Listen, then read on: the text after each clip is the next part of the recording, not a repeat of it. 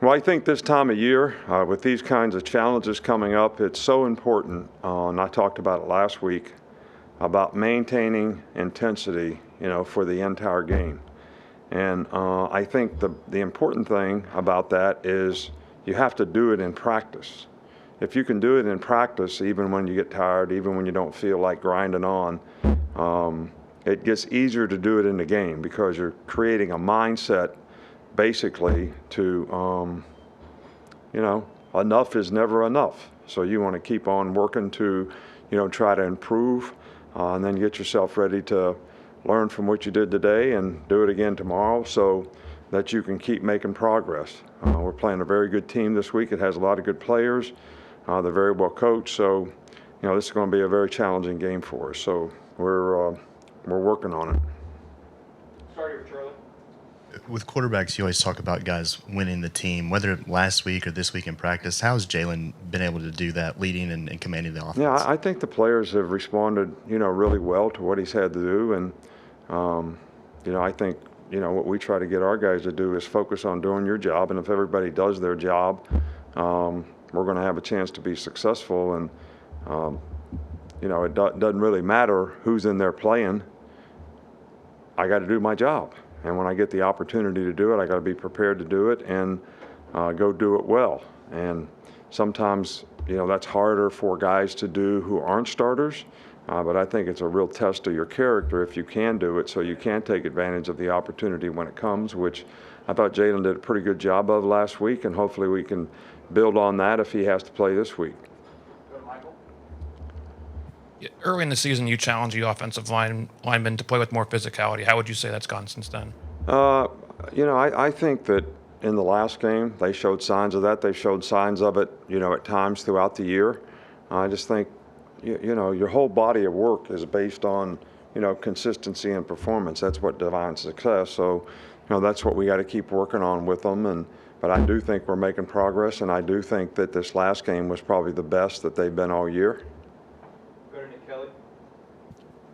Antonio Johnson, their safety, what stands out about him and just their secondary as a whole? Well, their secondary is good. They're big, they're physical, they're very athletic at corner, they're long, they got good size, tackle well. Antonio's a really, really good player, so they move him around some, they play some different spots, but they're a good defensive team, really good defensive team. I want to ask you about defensive linemen getting their hands up for pass deflections. How big of an aspect to DL play is that, and how does it play into creating turnovers since a lot of those deflections can get picked off?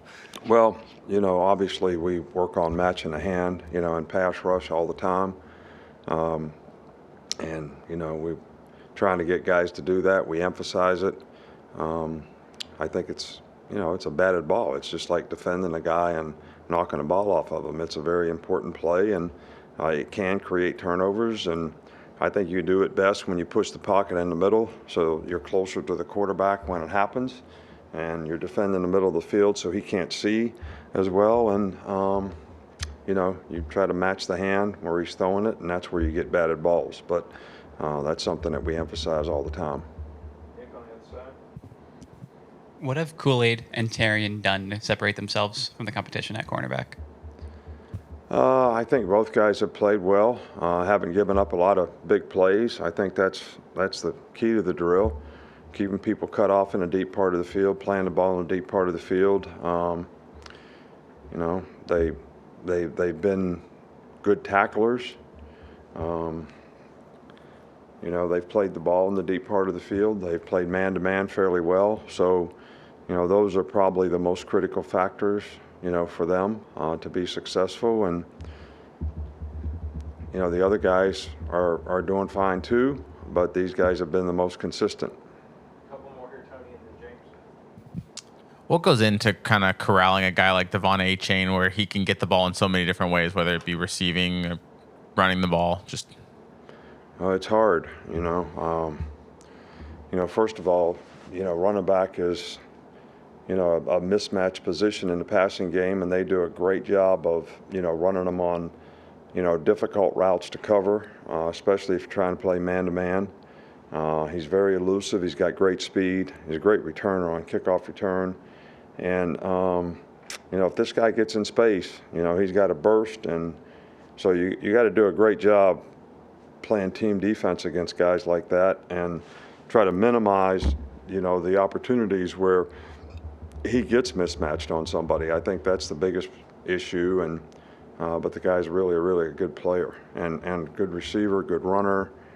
He's good all around player. You just mentioned about the defensive line being able to push from the middle, especially on those pass deflections. Talk about Jaheim Otis and how he's been able to do that, especially against Arkansas, and then coming into this week. You know what the plan is to use him for there. Talk about who? Jaheim Otis. Who? Oh, Jaheim. Yeah, Jaheim is a, you know, guy that has a lot of power. He's got pretty good quickness for his size. He's gotten in a lot better shape, so he's moving better. And he did a really good job in the last game of pushing the pocket, being involved in a couple sacks.